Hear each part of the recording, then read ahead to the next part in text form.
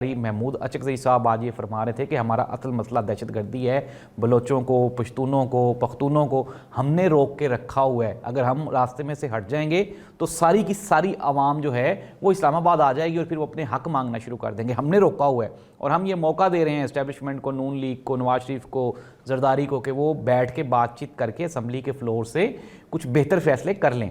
اب ناظرین، ایک طرف تو پی ایم ایل این یہ کہتی ہے کہ بات چیت کی جائے، بات چیت کی جائے، اور یہ قانونی راستہ نہیں اپنا رہے۔ ناظرین، اسلام آباد ہائی کورٹ کے جو آرڈرز ہیں ملاقات کے لیے واضح ہیں، سب کے پاس ہیں۔